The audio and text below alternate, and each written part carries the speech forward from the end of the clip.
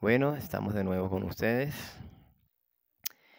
para culminar la segunda parte de el diezmo y la ofrenda. Y venimos con la ofrenda, pero antes de comenzar con la ofrenda, quería dejarles los textos que les dije que le iba a dejar con respecto a donde aparece que es comida el diezmo. Fíjense, Levítico capítulo 29, verso 30, Deuteronomio 12, 17, Nehemías 10, 37. Así que ahí hay algunas citas que les voy a dejar, hay muchas, pero vamos a dejar esa cita. Y quería dejarle otro texto para que ustedes lo estudien con respecto a el diezmo, ¿no? Tenemos Lucas 18, 12. Y ahí vamos a ver el fariseo y el publicano, ¿no? Ustedes lo van a estudiar y van a sacar sus conclusiones. ¿Quién fue justificado y quién no? Diezmaba y ayunaba y no fue justificado. Y el que era humilde y le pidió a Dios perdón por sus pecados, fue justificado. ¿Ya? Entonces que ahí les dejo ese texto de Lucas 18, 12 para que ustedes lo estudien y analicen, ¿no? En ese aspecto. Así que fíjense. Lo último que quería decirles acerca del diezmo, ¿no? Es que nosotros se nos ha olvidado, yo no sé si ustedes vieron el video que yo hice de ni novia ni esposa, y ahí les digo claramente, lo pueden ir a buscar en mi canal, ahí aparece, y que nosotros no somos israelitas, porque siempre oigo a la gente, no, nosotros somos israelitas espirituales, y eso es falso también, porque si nosotros somos israelitas, entonces los apóstoles no van a juzgar a nosotros conforme a sus costumbres y sus leyes, ¿no? Pero no es así. Nosotros no seremos juzgados, nosotros vamos a compadecer ante el tribunal de Cristo. Eso quería dejarlo claro para que usted sepa que nosotros no somos israelitas, ni espirituales ni físicos. Nosotros somos la iglesia de Cristo. Eso es lo que somos nosotros, la iglesia de Cristo. Así que fíjense. Comenzamos con dónde está el dinero que existía en la época. ¿Y por qué les quiero decir del dinero que había en la época? Porque mire, hay una persona que me dijo que él ganaba era dinero, ¿no? Y esta persona me dijo, no, yo lo que gano es dinero, por eso diezmo dinero. Y yo le digo, entonces cuando tú vas a comer, tú te comes el dinero. Le das a tu esposa, a tus hijos y tú te comes el dinero. O lo transformas en comida. Entonces, son excusas a veces que nosotros buscamos, o que buscan algunos, o que buscan los pastores, o que queremos seguir alcahueteando las cosas de los que hacen estas cosas, estas prácticas, ¿no? Y decimos que no había en ese tiempo dinero y que por eso era que ellos ofrendaban, perdón, ganado y grano y todas esas cosas que ellos ofrendaban con respecto a eso, ¿no? Y diezmaban, pues. Ahora fíjense, la moneda del tiempo era el ciclo, era la libra de plata, el talento, la blanca, el cuadrante, el denario, el dracma y el estatero. Quizás habían más, pero a estas fue las que coloqué para que usted vea que existía dinero en ese tiempo, ¿no? Fíjese Génesis, ahora vamos a ver dónde está el dinero. Génesis capítulo 23, verso 15. Abraham compra el monte, compra un monte o una tierra para... Sara se murió y va a enterrar a Sara. Y él la compró por 400 ciclos de plata. O sea, ¿de dónde sacó el dinero Abraham? 400 ciclos de plata. Así que era dinero. Génesis 13:2. Y Abraham era riquísimo. En Génesis 13:2 usted puede ver que Abraham era riquísimo. ¿En qué? En ganado, en plata y en oro. Sí, era rico. Génesis 37:28.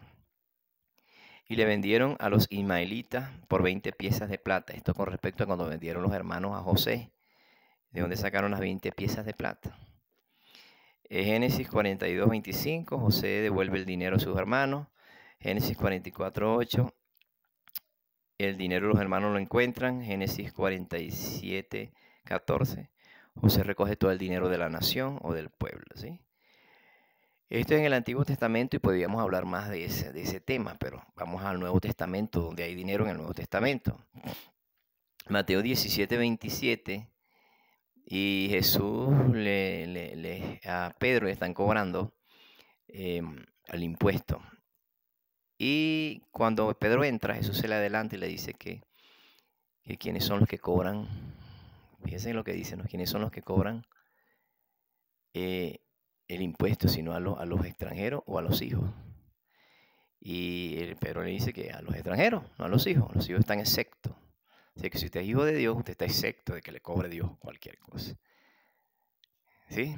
Y no vamos a meternos más allá para no meternos más. Pero fíjense, en este aspecto él le dice que vaya y tire el anzuelo y cuando saque el pez le encontrará un estatero y que pague el impuesto por él y por Pedro, ¿no? Esto porque es un estatero, el estatero es dinero, ya usted sabe. Ahora el Mateo 22, 19 dice, mostradme la moneda. Cuando quieren tentar a Jesús diciendo que a quién se le debe el tributo, pues que si se debe pagar el tributo. Entonces él le dice, muéstrame la moneda, y él le dice, ¿de quién es la insignia? O sea, la imagen. Y ellos dicen de César. Entonces él le dice, bueno, da a César lo que es de César y a Dios lo que es de Dios. Clarito, ¿no? Era moneda. Ahora en Mateo 27, 3 dice que a Jesús fue vendido por 30 piezas de plata. Y Juan 6, 7 dice, Felipe le responde que 200 denarios no bastarían para darle de comer a todos. Eso fue cuando Jesús hizo el milagro de el pan. ¿Sí? Multiplicó los panes y los peces en ese momento. Ahora fíjense, entramos en la ofrenda. Esto es para que ustedes sepan dónde estaba el dinero. En realidad el dinero, había dinero en el Antiguo y en el Nuevo Testamento. Así que esa excusa de que no había dinero en ese tiempo me parece una excusa un poco absurda, ¿no? Sí, y hay muchos que lo creen, de verdad, hay muchos que creen en que era verdad, pues, y por eso es que estamos aclarándole aquí este asunto. Ahora de la ofrenda, fíjese que Marcos capítulo 12, verso 42 y Lucas 21 también aparece en el verso 2. Dice que vino una mujer viuda, pobre, y que echó en el arca 2 blancas. ¿Sí? Jesús estaba ahí presenciando lo que echaban en el arca y dice que los ricos echaban de lo que les sobraban o la gente echaba de lo que les sobraba, pero que esta viuda echó lo único que tenía, de su sustento, y lo echó en el arca. Ahora fíjese la diferencia, ¿no? Como llaman donde se deposita el diezmo y ¿cómo se llama? Donde se deposita el dinero. En el templo se llamaba arca y en el diezmo se llamaba granero. Y hay una gran diferencia, ¿no? En ese aspecto. Así que quería recalcarles esto y que la viuda dio de todo su corazón, con todo su corazón, pues hablando de la ofrenda. Mateo 23, 18 dice que Jesús hablándole a los fariseos, diciéndole, si alguno jura por el altar, no es nada, pero si alguno jura por la ofrenda que está sobre el altar, es deudor. Me parece mucho hoy en día, ¿no? Hoy en día vemos que las iglesias hacen estas cosas, ¿no? Que si tú no diezmas te vas al infierno, pero que si haces otras cosas no. Y tenemos que acordarnos que el altar somos nosotros, ¿no? No es el templo. El templo somos nosotros. En aquel tiempo sí, pero en este tiempo somos nosotros. Y el que habita en el templo se llama el Espíritu Santo, el que habita en mí. Así que después le hablamos un poquito más de ese tema, un poquito más profundo. Mire, Mateo capítulo 15, verso 3 dice, yo quisiera leérselo, quiero leer Mateo capítulo 15, verso 3. ¿Por qué se lo quiero leer? Porque dice así, mire. Entonces se acercaron a Jesús ciertos escribas y fariseos de Jerusalén diciendo, ¿por qué tus discípulos quebrantan la tradición de los ancianos? Porque no se lavan las manos cuando comen pan. Respondiendo él les dijo, porque también vosotros quebrantáis el mandamiento de Dios por vuestras tradiciones. Porque Dios mandó diciendo, honra a tu padre y a tu madre, Y el que maldiga al padre o a la madre muera irremisiblemente. Pero vosotros decís, cualquiera que diga a su padre o a su madre, es mi ofrenda a Dios todo aquello con que pueda ayudarte, ya no ha de honrar a su padre o a su madre. Así habéis invalidado el mandamiento de Dios por vuestras tradiciones. Eso está diciendo que ofrendar era una tradición de ese tiempo, ¿no? Y aunque comienza en Génesis, usted se acuerda que ofrendar comienza en Génesis, pero dice que era una tradición, más que el mandamiento que era. El mandamiento se encuentra en Éxodo capítulo 20, verso 12. Ahí puede encontrarlo usted cuando dice honra a tu padre y a tu madre. Éxodo capítulo 20, verso 12. Entonces, Jesús dice que era una tradición. ¿Y qué es lo que nos da a entender Jesús aquí? Que es más importante, si yo tengo dinero y ese dinero yo lo necesito porque mi mamá o mi papá tienen necesidad, no lo llevo a la iglesia, lo doy a mis padres, porque estoy honrando el mandamiento de Dios, que honra a tu padre y a tu madre, cumpliendo con ese mandamiento. Pero no, que nos enseña la iglesia, que primero usted tiene que llevar el dinero para que Dios lo bendiga. Pero si está pasando necesidad mi mamá y mi papá, no es justo para Dios. Si estoy rompiendo el mandamiento, y muchas iglesias hacen eso, tú tienes que diezmar obligatoriamente, así que pase hambre quien pase hambre. No, papá. Dios es claro, Dios es justo. No, los hombres somos injustos. Dios no es injusto. Es decir, tu mamá y tu papá o tu familia tiene necesidad, por favor, suple la necesidad de ellos. Acuérdese que cuando Dios hizo en Génesis, hizo fue la familia primero que iglesia. Hizo a Adán y a Eva y los conformó como una familia. Ya, después es que viene la iglesia. No estoy diciendo que usted no dé ofrenda, porque se va a malinterpretar. Pero si la necesidad, y hay necesidad en mi casa, yo cubro primero la necesidad de mi casa y después la necesidad de la iglesia. ¿Por qué razón? Porque Dios no necesita dinero. Dios es el dueño del oro y de la plata. El que necesita dinero es la obra para seguir adelante. Perfecto, se puede, claro que sí. Pero no a costa de la necesidad de los demás. Así que parece que la Biblia dice que no por necesidad que tenemos que dar la cosa, sino con contentamiento. Así que este pasaje es bastante claro porque ellos decían en ese tiempo, y se parece mucho a este tiempo, ellos decían que primero era la iglesia, primero era darle a Dios y después lo demás. Y no es así. Primero es tu madre y tu padre y tu familia, antes que cualquier cosa. ¿Sí? Ahora fíjense, Efesios 5:2 dice que Cristo era una ofrenda y que fue un sacrificio a Dios. Perfecto. Segunda de Corintios, capítulo 9, verso 7. Dice que Dios ama al dador alegre y muchos cambian el versículo y dicen que Dios bendice al dador alegre. No, Dios ama al dador alegre. Está diciendo que Dios te ama. No te dice que te va a bendecir o te va a prosperar. Así que Dios te ama. Y si te ama, bueno, te ayudará. Pero no hay que cambiar el texto. El texto dice, Dios ama al dador alegre. ¿Sí? Eso se encuentra en Corintios capítulo 9, verso 7. Segunda de Corintios. Miren. Marcos capítulo 7, verso 10, dice también, habla del quebrantamiento del mandamiento de Dios por las tradiciones. Y dice que es tradición, Jesús dijo que era tradición. ¿Sí? Ahora miren, quiero detenerme aquí en Lucas capítulo 19, verso 2, porque quisiera hablarle de algo que la iglesia o los predicadores siempre lo dicen, que no es así. Según la Biblia no es así. Dice, y sucedió que había un varón llamado Zaqueo, que era jefe de los publicanos y rico. Pero yo quiero irme al texto directamente y hablarle de eso, porque quiero hablarles de Zaqueo 19. Quiero hablarles de Zaqueo primeramente, ¿sí? Zaqueo capítulo 19. Dice verso 2, pero yo quiero hablarlo desde arriba. Dice Jesús y Zaqueo, fíjense. Habiendo entrado Jesús en Jericó, iba pasando por la ciudad. Y sucedió que un varón llamado Zaqueo, que era jefe de los publicanos y rico, procuraba ver quién era Jesús, pero no podía a causa de la multitud, pues era pequeño de estatura. Y corriendo delante subió a un árbol sicómoro, para verle, porque había de pasar por allí. Cuando Jesús llegó a aquel lugar, mirando hacia arriba, le vio y le dijo: Zaqueo, date prisa, desciende, porque hoy es necesario que pose en tu casa. Entonces él descendió a prisa y le recibió gozoso. Al ver esto, todos murmuraban diciendo que había entrado a posar con un hombre pecador.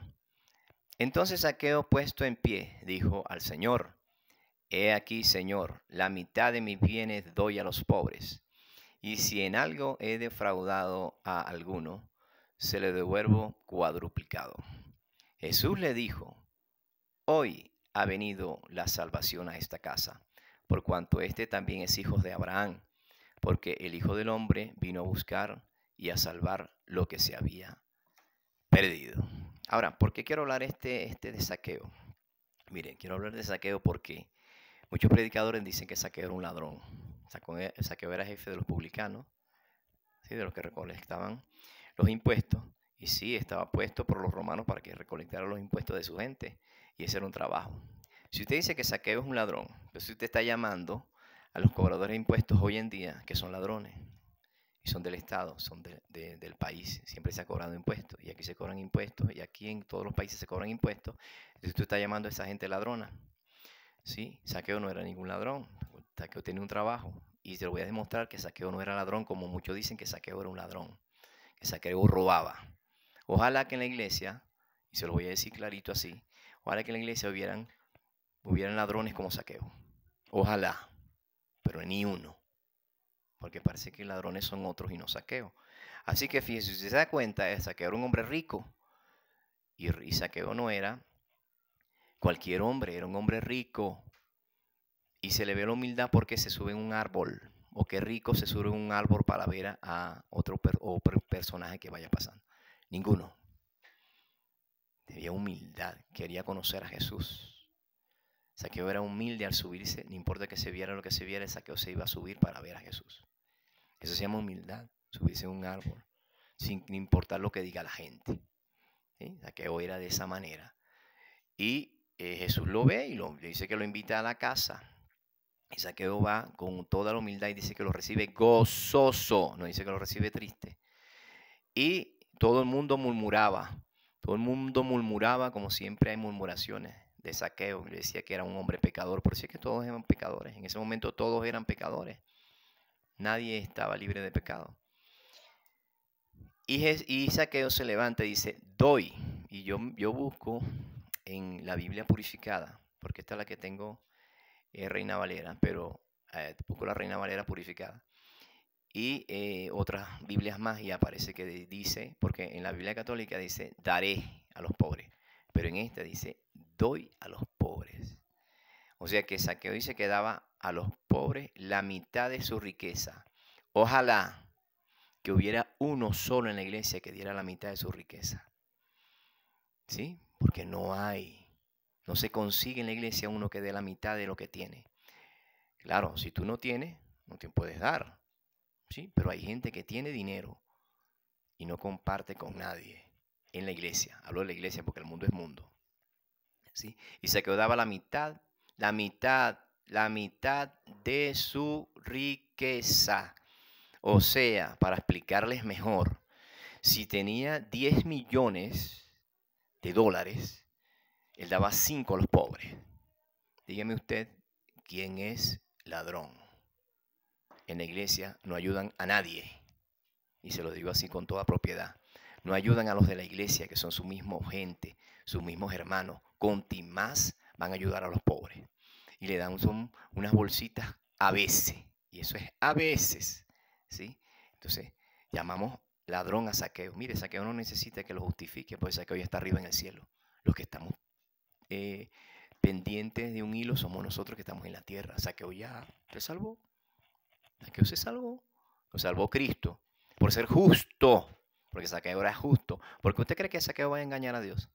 ¿O a Cristo lo va a engañar? ¿O es que Cristo no sabía si le estaba dando o no le estaba dando? ¿O es que Cristo lo iba a engañar cuando Cristo podía leer los pensamientos y sabía qué era lo que hacía y qué no hacía? ¿O que Cristo no era Dios?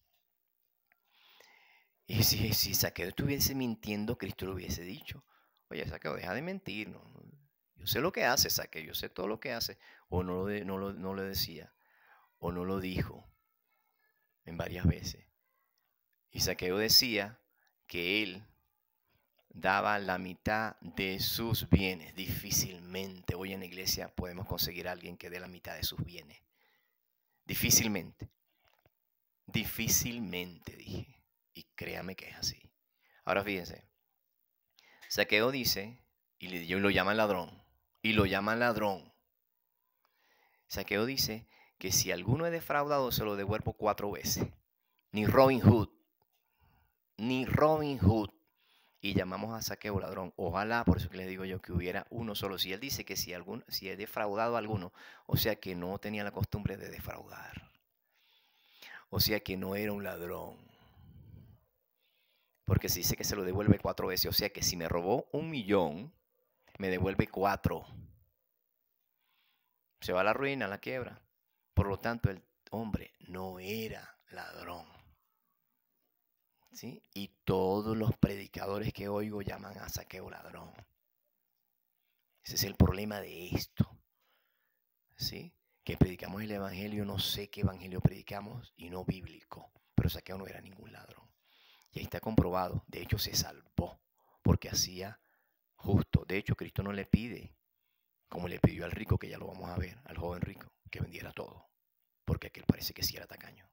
Ahora fíjese, para concluir, ¿no?, este pasaje, vamos ahora a Mateo 19, 21. Dice, Jesús le dijo, si quieres ser perfecto, anda, vende lo que tienes y dalo a los pobres y tendrás tesoro en el cielo y ven y sígueme. O sea, el hombre era tacaño. ¿Qué es lo que le quiere decir? ¿Qué es lo que le dijo el joven? Le dijo, mira, yo he cumplido desde mi juventud, he hecho todos los mandamientos. Ah, pero te falta algo, le dijo Jesús. Vende todo lo que tienes y se lo das a los pobres. Y tendrás tesoros en el cielo. Así que tesoros en el cielo no vas a tener porque diezmes ni porque ofrendes. Tesoros en el cielo lo vas a tener porque tú das a los pobres. Tesoros en el cielo vas a tener porque tú ayudas a tu hermano. Tesoros en el cielo vas a tener porque tú ayudas y no guardas tesoros en la tierra donde la polilla y el orín corrompe y corroe. Ese es el problema. Busca primeramente el reino de Dios y su justicia y todas las cosas vendrán añadidas por añadiduras, pero hoy es al revés. Hoy buscamos primeramente las cosas del mundo o la riqueza y si me queda tiempo busco a Dios. Ese es el problema de hoy en día. ¿Sí? Y Dios le dice que venda todo. ¿Por qué vende todo? Porque parece que era tacaño, pero a Zaqueo no le pidió todo, porque Zaqueo daba la mitad de sus bienes. ¿Sí? No. Le manda a vender todo y dice para que tenga tesoros en el cielo. Y la gente quiere tener tesoros en el cielo, tiene que ayudar al prójimo, al indigente, a los pobres. Ni siquiera estoy diciendo que es para mí, no, a los pobres. De hecho, Cristo nos dijo, llévenlo para de los diezmos en la iglesia. Nunca dijo eso. De la ofrenda, para que vayas al cielo. La ofrenda, porque si tú das el diezmo, te vas al cielo. ¿Sí? Si tú vas al diezmo, no te vas al infierno. Y Jesús está diciendo aquí otra cosa. Vende todo lo que tienes y se lo da a los pobres y tendrás tesoros en el cielo. Eso lo dijo Jesús, no lo dije yo. Porque es que critican sin base. Critican y hablan sin base. Y uno se da cuenta. Y uno cuando lo critican a uno se da cuenta. Estos son una gente que no estudian. ¿Sí? Uno se da cuenta. Usted critica sin base bíblica. Usted está perdiendo su tiempo. Fíjese, veamos ahora, para continuar, para no quedarnos pegados aquí. Vamos a continuar. Mire, Primera de Juan, capítulo 3, verso 17, dice, el que tiene bienes en este mundo y ve a su hermano tener necesidad y cierra contra él su corazón, ¿cómo morará el amor de Dios en él? Más claro, no canta un gallo. Más clarito que esto, si usted tiene bienes, yo digo que el que no tiene, ok, no tiene. El que no tiene, no tiene. ¿Sí? Pero el que tiene bienes en este mundo y ve tener necesidad a su hermano, ¿cómo va a morar el amor de Dios en ti ¿Y sabe quién es el amor de Dios? El Espíritu Santo. El Espíritu Santo. Y para concluir, voy a dejarles otro texto para concluirle aquí a todos ustedes. Así que la gente cree que tengo dinero, está en la iglesia, tengo dinero y no ayuda a nadie y tienes el amor de Dios. Dijo Jesús que no. O el apóstol, porque es primera de Juan. Capítulo 3, verso 17 dice que no tienes el amor de Dios. Y después le hablo del tema de ayudar al hermano y de ayudar al prójimo. Porque ese es el problema de nosotros. No ayudamos a nadie. Y nos creemos que somos los que nos vamos a ir al cielo. Tengan cuidado. Fíjate, también tenemos aquí verso 18. Dice así.